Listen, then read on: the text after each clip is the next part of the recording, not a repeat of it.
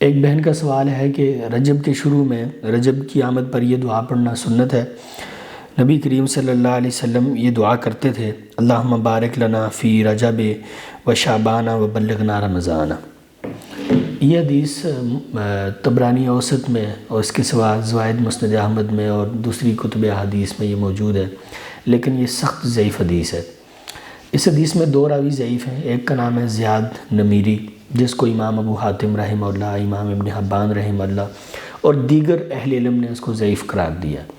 اور اس میں ایک اور راوی ہے جس کا نام ہے زائدہ بن ابی رقات، اس کو امام بخاری رحمہ اللہ اور امام نسائی رحمہ اللہ نے منکر الحدیث کہا ہے۔ ظاہر بات ہے جس حدیث میں دو راوی ایسے ہوں کہ جو سخت ضعیف ہوں اور جس کے کسی ایک راوی پر یہ جرح ہو کہ وہ منکر الحدیث ہے تو وہ کیسے ثابت ہو سکتی ہے؟ تو رجب کی فضیلت میں کوئی بھی صحیح حدیث موجود نہیں ہے جس سے یہ بات ملتی ہو کہ نبی کریم صلی اللہ علیہ وسلم رجب کے مہینے میں کسی دعا کا اہتمام کرتے تھے جس طرح یہ اس حدیث میں ذکر ہے، یا پھر شعبان کے بارے میں دعا کرتے تھے، یا رمضان کے بارے میں دعا کرتے تھے، یا پھر اس کے سوا نبی کریم صلی اللہ علیہ وسلم رجب کے اندر روزوں کا اہتمام کرتے تھے، یا صدقہ کا اہتمام کرتے تھے، یا بطور خاص عمرہ کرتے تھے، یا اس قسم کی عبادت کی اجر اور ثواب کی جتنی بھی باتیں نبی کریم صلی اللہ علیہ وسلم کے متعلق منسوب کی جاتی ہیں کہ آپ صلی اللہ علیہ وسلم نے رجب کی آمد پر یہ دعا پڑھی، رجب کے پہلے 3 دنوں میں یہ روزے رکھے، رجب کے پہلے 2 دنوں میں یہ روزے رکھے، یا آپ نے رجب کے شروع میں عمرہ کیا، یا آپ صلی اللہ علیہ وسلم نے کوئی بھی ایسا خاص عمل کیا جس کو رجب کے ساتھ جوڑا جاتا ہے، اس قسم کی کوئی ایک روایت بھی صحیح سند سے نبی کریم صلی اللہ علیہ وسلم سے ثابت نہیں ہے، اور اس روایت کا حال آپ نے جان لیا کہ یہ بھی سخت ضعیف ہے۔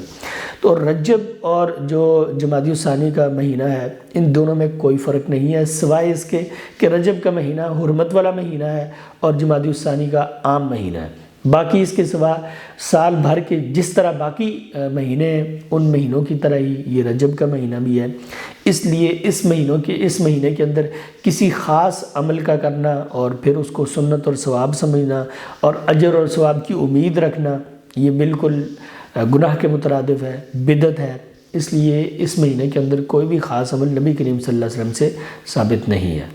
ایک بات یاد رکھیں کہ ہر بندے کی خواہش ہوتی ہے کہ رمضان آئے، عید آئے اور بندہ زیادہ سے زیادہ نیکیاں سمیٹے، اجر و ثواب کے کام کرے اور نیکیوں کا موسم قریب ترین ہو، ہر بندے کی خواہش ہوتی ہے۔ خاص کر بندہ مومن تو ضرور اس میں دلچسپی رکھتا ہے کہ رمضان آئے اور وہ رمضان کی بہاریں سمیٹے اور رمضان میں زیادہ سے زیادہ اجر و ثواب کمائے۔ تو اگر کوئی شخص اپنے طور پر یہ دعا کرتا ہے کہ یا اللہ مجھے زندگی دے، صحت دے اور مجھے رمضان تک پہنچا، رمضان کو مجھ تک پہنچا، تو اس میں کوئی حرج نہیں، لیکن